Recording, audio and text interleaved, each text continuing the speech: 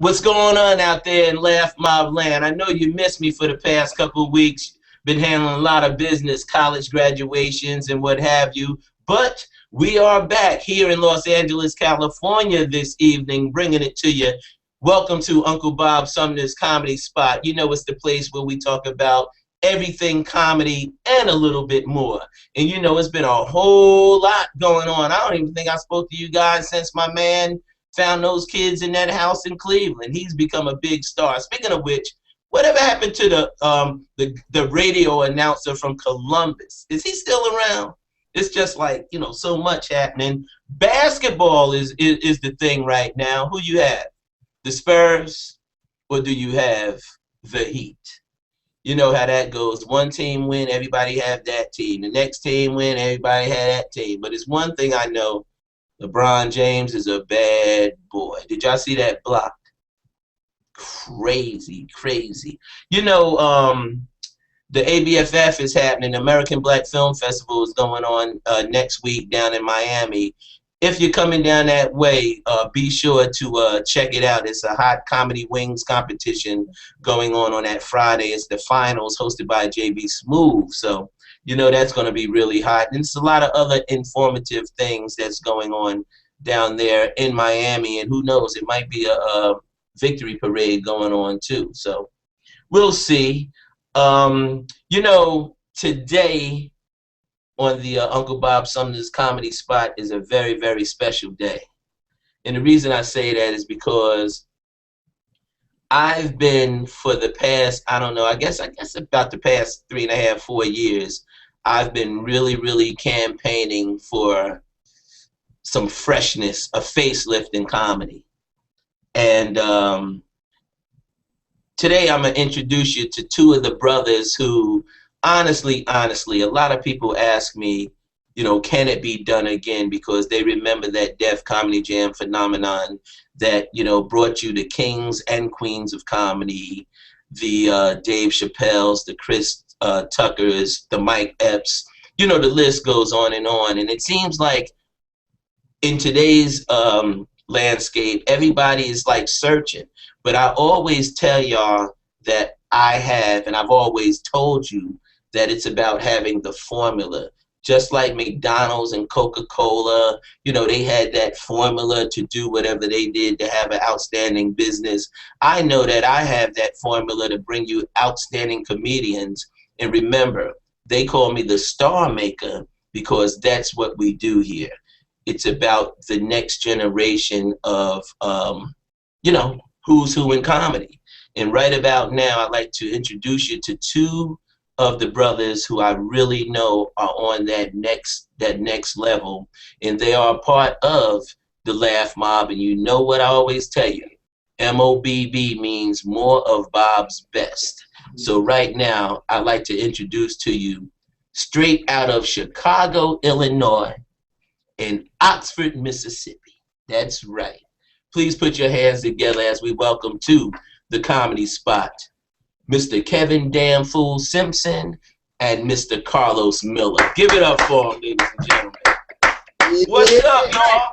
That's you see what I did? Hold up. You know, normally I have a solo, but we are here in Hollywood together. And I mean, y'all a team anyway. I know how y'all flow. I just saw y'all rip a hole in the J spot the other day, and I just felt that it was so important to get you guys on. And we've been off for a couple weeks, so this is a great way to come back to Uncle Bob Sumner's Comedy Spot. And not just that, I know everybody want to hear this story because I be talking about you guys like all the time. What's going on, fellas? Welcome to the lab. Well, first of all, I would like to thank you for having us on, Uncle Bob. No, this is bullshit, man. Thank you though, for real, because we just out here getting it, man. It's Hollywood. We've been everywhere that niggas like us ain't supposed to be. Like LA huge as fuck, and we don't want to go nowhere but Beverly Hills. We talking about money. That's all we could do. That's all we talking about is Beverly Hills. We looking at apartments we know we can't have. Exactly. But why not, man? Trust and believe. You can have those apartments, fellas. I know it's gonna happen. You know, and I mean, it's not even about the apartments as opposed to those those homes that you're going to be able to buy for your people. With that pretty ass blue water in the pool. That's what I want. That's what's up. But you know, like anything else, and like the success that so many of the comedians that's come down, you know, the pike has had, there has to be a journey. And Kev, I'm gonna start with you first. Like, where did that journey begin? How did you get into the business? I got in the business in a weird kind of way. I used to cut hair in the barbershop, and everybody used to always tell me I was funny. So one day I just decided to stop being funny for free. You know what I mean? And the story is interesting how I got started. I was in the club. My brother owned a club downtown. I was in the club, and I was telling a joke to this girl that I heard on Comedy View. It was a joke from Dion Cole. And I was telling her, like, yeah, you know, I'm finna start doing comedy. And I told her the little joke, you know, just trying to get me some. And as soon as I finished the joke, Dion Cole tapped me on the shoulder and was like, yeah, I think I know that joke. And I was like, oh my God, it's him. And Are you serious? yeah, and he told me, he was like, man, come down to this spot downtown, and I'm gonna have my boy put you up. We're gonna see what you got. I got down there, nobody knew what the hell I was talking about. I had nobody talk to Dion or nothing. It was my boy Leon Rogers, he was hosting the show. And Leon put me up. Kevin Hart was headlining. You know what I'm saying? This was like maybe a year or so after Soul Plane had took a dive. You know, I went up, I did terrible, but it was only because I didn't know nothing about comedy yet. I didn't know how to hold a mic. You know, somebody started heckling, I got ready to fight, you know what I'm saying? He really wasn't heckling, he was just telling me, man, I can't hear you. And I'm like, well, come down here then, nigga. We get it on, I'll beat your ass. You know what I'm saying? It was just terrible. But all that did was make me want to come back, man. I had that fight in me, like, man, I got to do this. This is what I want to do. This is what I know I can do. And I ain't stopped coming since. And then what about you, Los? Well, this is going to sound crazy. You know, we were looking through the Def Comedy Jam pictures a while ago. Well, you know what I'm saying? And you probably had a bigger influence on me doing comedy than you even realized, because I grew up on a lot of the shows that you produced, and like the talent that you put out there, it really gave me some sort of influence, because it's like I came from Mississippi and we don't have any big stars, and you never see any celebrities. So it was like my introduction to comedy would probably be way back when, because I remember when Def Comedy Jam first started coming out, and I took a hold to that. But as far as my personal journey, I've always been known as the funny guy, all from 1st grade to 12th grade. Exactly. And it's just like, when I saw the Kings of Comedy, I think I was in the 10th grade, and I saw that Bernie Mac performance, that's what solidified it for me. So from 10th grade to all the way through high school, once I saw that, that gave me a different kind of funny. It was like, I'm not just funny, I'm a comedian. You know what I'm saying? So it's like, once I got out of high school and I went through my college journey, I landed an opportunity to work with some people that I was working with at Domino's Pizza. They were starting an improv troupe. So they were like, you are one of the funniest people we know. You should come and audition. But I had never auditioned for anything in my life. So I went to audition for improv comedy, and I did like 30 minutes of just making people laugh just off me talking, and they let me into the improv group. So I started out with improv. And this is in Mississippi? Yeah, in Mississippi. In between, like, I had never done any stand-up comedy. So I started doing improv, and in between, like, we were doing improv shows, and I got known to be one of the funnier guys in the troupe. So I would introduce the games, but in between introducing the games, I would do 2 or 3 minutes, or I was like, we're not ready yet, so I do 5 minutes, but I never had wrote a joke. It was just me talking and being myself. So I took that experience, and I had a job that when I started being a firefighter, it like eliminated my improv career. Hold on. You was a firefighter? Yes. It's a lot of shit that, like, my journey's so long. I started with the improv, and then I got a job working for the fire department. So once they found out I was doing improv, they switched my shift so I couldn't go to my improv shows. So I had to stop doing improv. And once I left that job alone, I moved to Atlanta, and I was working with this guy, Clayton English, for about maybe 5 or 6, just throughout the summer. So in September, when September came after that summer, we wrote down every comedy spot in Atlanta that did comedy, and we went to every single spot to make sure they were still doing comedy. And I went to open mic night for 3 years straight. Yeah. That was my intro to stand-up comedy. This boy do a little bit of everything. He'd have been a fireman, a truck driver. When I went from being a firefighter to driving semi-trucks. And once I got on the semi-truck, I took a suit with me, Bob. Now keep in mind, I have never written a joke in my life. But I'm knowing if I'm getting on this truck, I'm going to some cities where they have comedy at, and I'm going on stage. Exactly. And I have never written a joke. Like, that was already in my mind. So once I got off the truck and I got back to Atlanta, I started hitting my grind hard, and I've been doing comedy. It'll be 8 years in September. And how about you, Kev? How long you been in the game?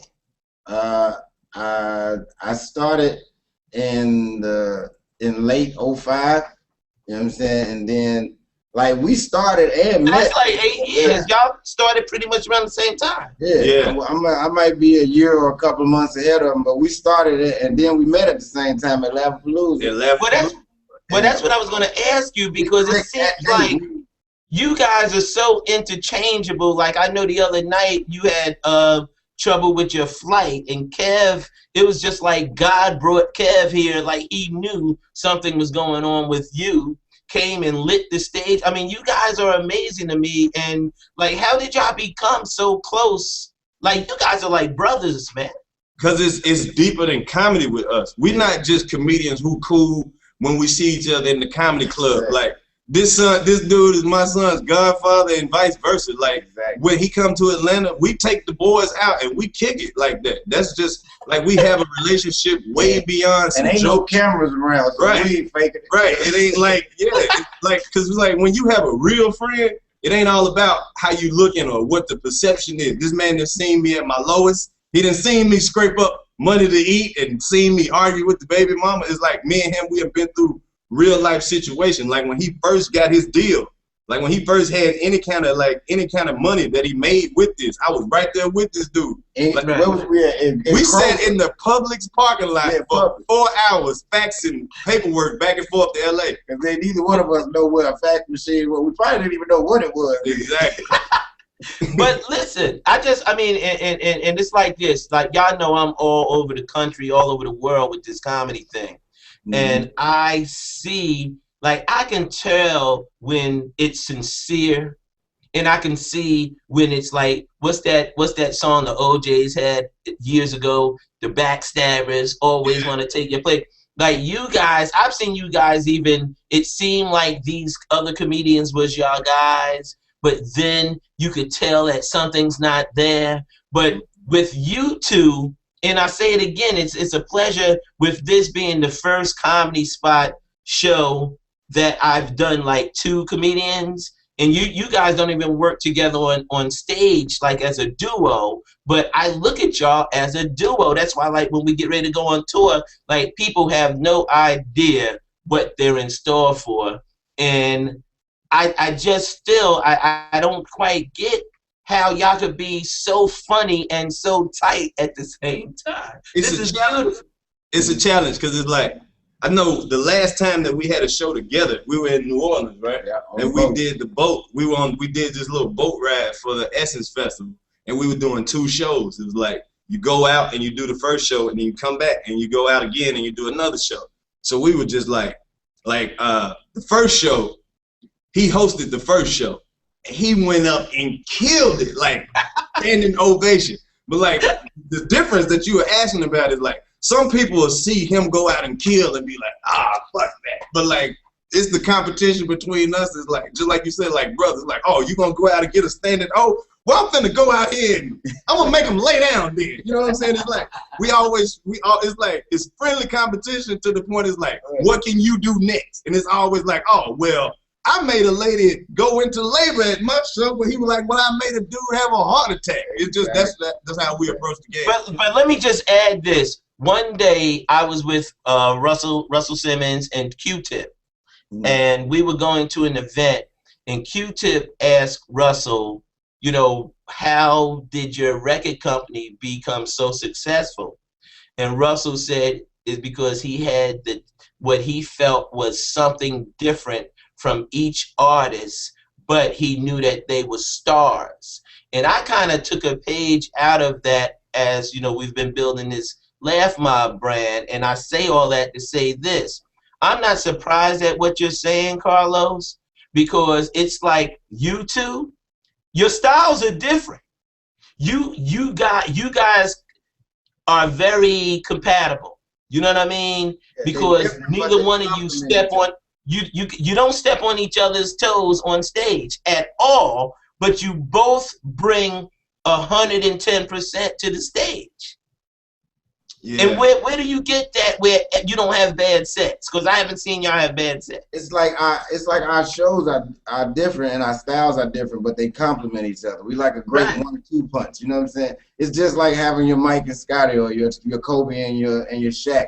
You know what I'm saying? Shaq play the post, and Kobe gonna eat a slasher. You know what I'm saying? It's like we work together. We make it work out. You know what I'm saying? And it's like he said, it's a friendly competition. It's like, you did that, well shit, I'm next. I'm gonna do this. Right, and it's another element that's missing out of this too. Is like, he want to see me be as successful as I want to see him. Exactly. So it's not like when he gets his opportunities and he knows that, like, look, you going out here to mess with these people, this is what they talking about and this is what they gonna expect. So it's like, we figured we could cover more ground as a team, as opposed to just trying to, every man for himself, because me and this dude, we have worked together from California to New York, all the way from the bottom to the top, from Miami all the way to Michigan. You know what I'm saying? It's like Atlanta, Mississippi, everywhere. We done been there. Right. It's like a setup. It's like an alley-oop. You know what I'm saying? As opposed to me trying to get to the basket on my own, I see him cutting to the basket on, why not go and toss the ball up? Exactly. You know what I'm saying? He get the point, I get the assist. And I think it's that we both got the same goal, is to be successful. And it ain't about, it's like, I think we're grown men too.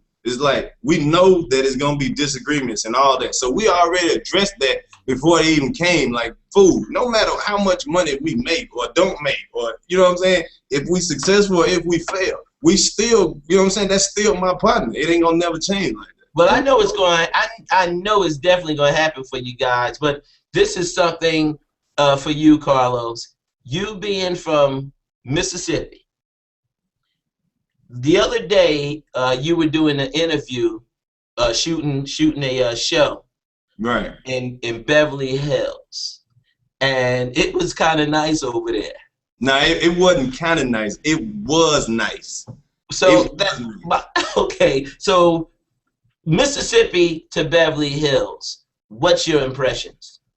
Bob, you got to keep in mind, it's like when people hear Mississippi, they expect a certain thing from me. They expect me to be just country as hell, never seen nothing. Which is, it's accurate to a point, but it's like I told you. I knew from a time when I was a very small child that it was more for me than Mississippi, because I was always longing for more. Like, I knew that I wanted to be in a city and see skyscrapers, and then I come from Mississippi where I know people personally who don't have indoor plumbing, or they go in their kitchen and you can see all the way to the floor. You know what I'm saying? Like, these are people who I grew up around, and these are people that I love.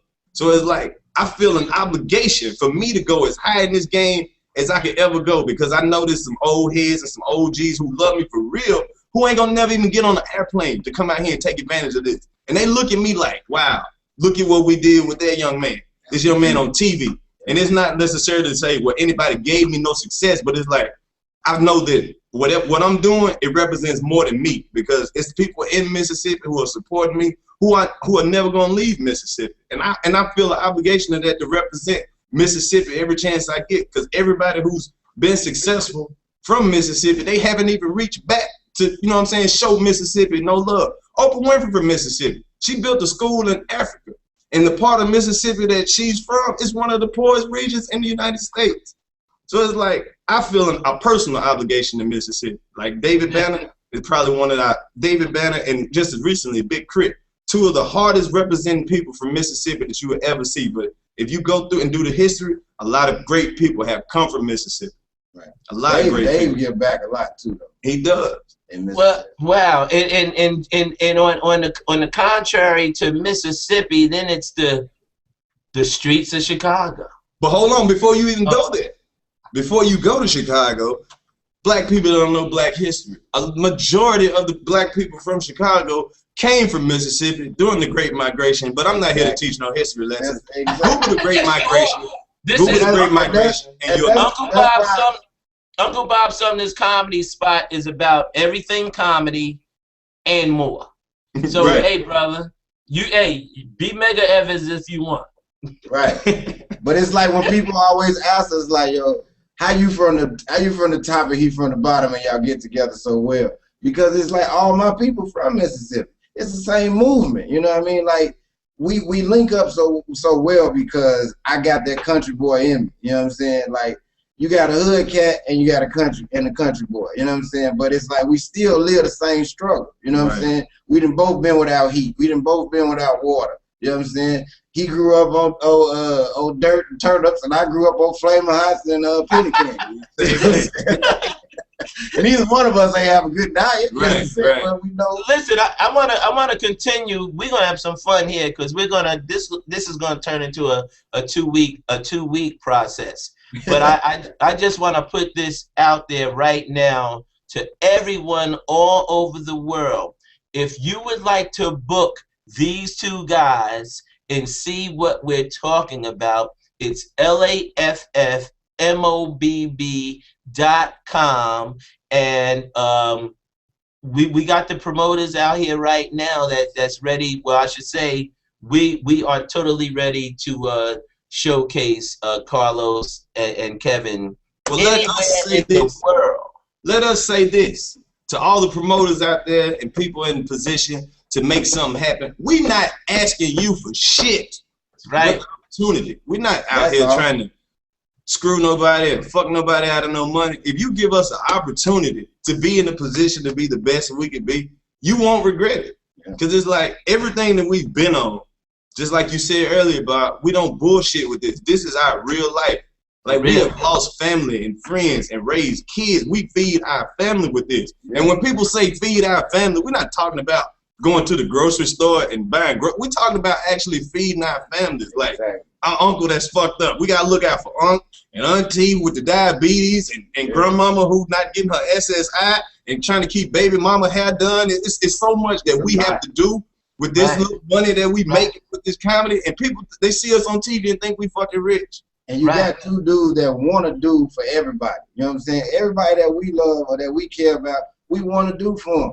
Like if anything can happen. It could be a day where I need some money for my son. He got a field trip. I ain't got no money. I can call my man. Let me loan Bobby $50 till I get this together. And vice versa. Like, you know what I'm saying? It's been times me and this man sat in the house together and went in our pockets like, what you got? $8? You got 8. I got 8. I got 8. You know, so that's 16. We get a bag of weed and a couple chicken sandwiches and we good. And that's one. And that's one. You know, it's funny. It's funny that you guys would say 8 because that's what I felt like last night. I felt like the two of y'all could have took both, because I saw you do 8 minutes the other night, and I saw you do 8 minutes the previous night, and I was like, they would love to see these 16 minutes at the Improv.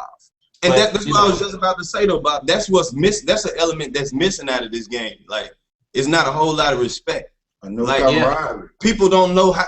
They don't know what a real guest spot is. Like, when you coming out and like you said, I'm coming from the South, and I know the rules of the game. I don't have to come out here and go shit on the Laugh Factory to get 15 minutes to get my shit up. I'm gonna go in there and be respectful. Those people told me to do 10 minutes. I did 8.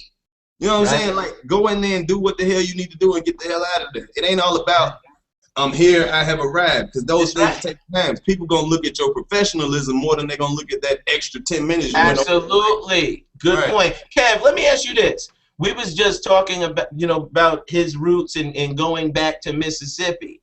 I understand that you're going back to Chicago. My girl Mary Lindsay, Jokes and Notes. You have something popping over there now on Thursdays, huh? Yeah. I do it once a month, every second Thursday. You know what I'm saying? That's my hometown club, man. Like, I owe a lot to Mary Lindsay and a couple other people in Chicago. Like, one of the reasons why I am where I am is because I came from a good breed in Chicago, and it's like there's a lot. Everybody in Chicago, we like siblings. You know what I'm saying? It's like we'll fight each other at home, but if we go somewhere else and you touch my brother, I'm gonna kick your ass. You know what I'm saying? That's how we get out. And I learned a lot from them cats, whether directly or indirectly, because I'm a student of the game and I listen. You know what I'm saying? That's what's the problem with a lot of young cats. They don't listen. And like when I first started, me and the club are about the same age, man, because the club is about 8 years old and I'm 8 years old in the game. So it's like I started when the club started, and I went over there. She gave me, she would give me showtime on Wednesday, and that's the one thing as a young comic that you need is stage time. Let me say this before you move on. Let me say this before you move on, because I heard you mention about getting like having older comedians, not necessarily saying older, but people who've been doing this a lot longer than you have. Speak on like some of your experiences, like just getting help from like the previous generation of comedians before. Oh man, there's a lot of comedians who growing up in these cities like Jacksonville, and you know what I'm saying, not necessarily like the biggest cities, but it's comedians all over the country who don't have exposure to a vet who can give them that lesson. I know. Like with me, it was like. So, Karlous, you want to come in this room and you want to conduct this? I was just because I didn't want him to leave that shit out. Now, but I didn't want him to leave that shit out because we were just talking about that, how much we got respect for those guys. Yeah. And there's a lot of old heads who might be watching this who be like, "Fuck them niggas," but they don't know that we fuck with them. We got but you're absolutely right, and it is on my list of questions. But my bad, I jumped the gun. I'm excited about this. Is my life. I love this shit. But that's why we're working on you to get your interview show too. Like, you know, you guys, listen, we getting ready to do our own version of The View with y'all. Let's get it. Call that shit the scene. You know, but what he's saying is true, and I guess we can go there because I know both of you have comedians who have influenced you and who've been there. And the reason what I was getting ready to say is earlier you mentioned Dion Cole. Yeah. And I want to give a big shout out to Dion Cole right now because his show premiered last night on TBS. Very proud. And rave reviews, and big up to him. But again, you guys there, let's kick it. Talk about some of the guys that's been there to influence and help you guys along the ride. Man, I know with me, like I said, Dion was always a big influence because Dion was he's the first dude I seen on TV from Chicago. Like I didn't even think you could be from Chicago and be on TV. I thought you had to be born in LA and live in a studio. You know what I'm saying? Like I didn't know you could be from somewhere else to be on TV. So I saw Dion on TV, and that was my initial, I want to be there. You know what I'm saying? He had the slick Gucci belt on, all that, man. He was a rock star, you know what I'm saying, in my mind. Then it was cats like B. Cole, Leon Rogers, you know what I'm saying? Some cats that aren't that well known, like a Muhammad, you know what I'm saying? Then there was always my core, my homeboys, the Last Laff Troupe, who accepted me with open arms, and that's Lil Rel, Michi, and the Wildcat. You know what I'm saying? We all got together. They taught me a lot as far as how to do things. Dion taught me how to be a better comedian, how to not be afraid of telling a new joke, how to not be afraid of silence. Leon Rogers taught me professionalism. Vanessa Fraction taught me almost everything I know. You know what I'm saying? Like from how to make $1 to how to put a joke together. You know what I'm saying? Like these are people who were right there with me, you know what I'm saying, all the way through. I remember one of the biggest things Leon told me about professionalism. He was like, you know, you raw talent and you good. Right. He was like, and you want to go out there and you want to get in the game and you want to blow it up, but you wondering why they won't let you out there right now. He said, but take it like if you're on a basketball team.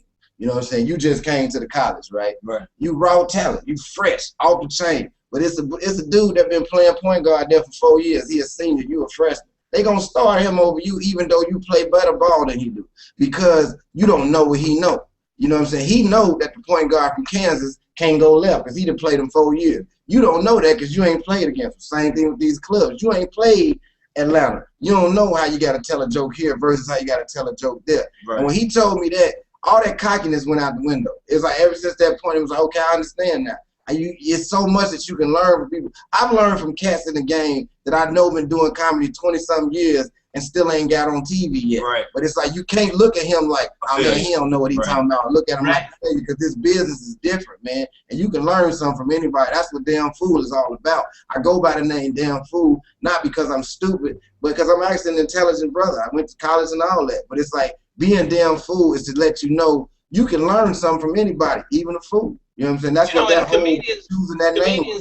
Comedians have to understand that every city is a different city, but it's the same city. Exactly. You know what I mean? So you got to make sure that you got your stuff got to be together. Now, Karlous, who are some of your influences coming up? You know, through Mississippi and Atlanta. I know there has to be some.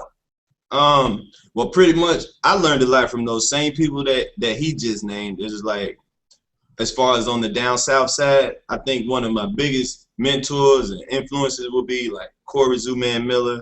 That's my dude. Tyler Craig, one of the smartest motherfuckers. Like, as far as just on some thinking, like other level type shit, I ain't met nobody as cold with the game as Tyler Craig. People like Ernesto who show you how to take a hustle and make it a living, as opposed to just being this what I'm doing to this is how I'm eating.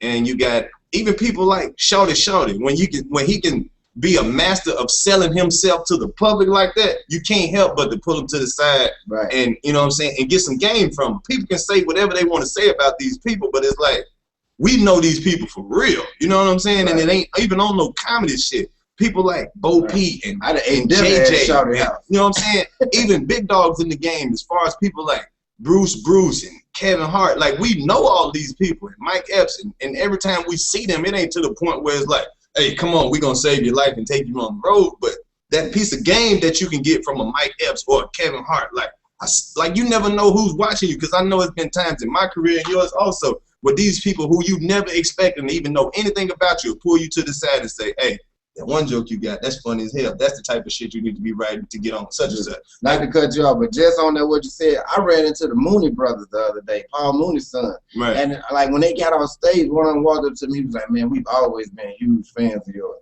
You know what that did to me? Right. Like, I was like, what? Explain like, yeah, we was just talking about that. Where did you see the Mooney brothers? Say what? Kev. Where did you run into the Mooney brothers at? At Sal's. At what? At Sal's on Melrose. Oh, over at the Soul Comedy Lounge? Soul Comedy Lounge, yep. Okay. And just like he was saying that about was a plug. That was a little plug, that's all. Yeah, I know it was. But just like he was saying about Shawty, that was how I always felt about Vanessa Fraction. Like, she taught me how to sell myself. You know what I'm saying? How to package myself. I've always looked at her as like a marketing genius. Yeah. You know what I'm saying? Even at a point where everybody wasn't feeling maybe what she was doing on stage, she knew how to sell who she was and how to get it out there. Now she's a monster. You can't stop her either way. You know what I'm saying? But just, Bob, we were looking at all those pictures, man, and it's just like all those people from those pictures, we still got relationships with everybody. And then, like, I didn't even finish because we still got OGs in the game like Tim Murray, who you know don't fuck with people. And when he can pull you to the side and give you some game, it's like, wow, that's Tim Murray. He don't even like people. So for him to even say any fucking thing, I got to take that and put that in my hand. Speaking of Tim Murray, old boy just left the office. Right, Gerard. Right. Yeah. So it's like these people who have come before us, we have extended ourselves outside of doing comedy. Like, man, I respect you personally, not because I want you to do shit for me, just because the influence that what you done has had on my career.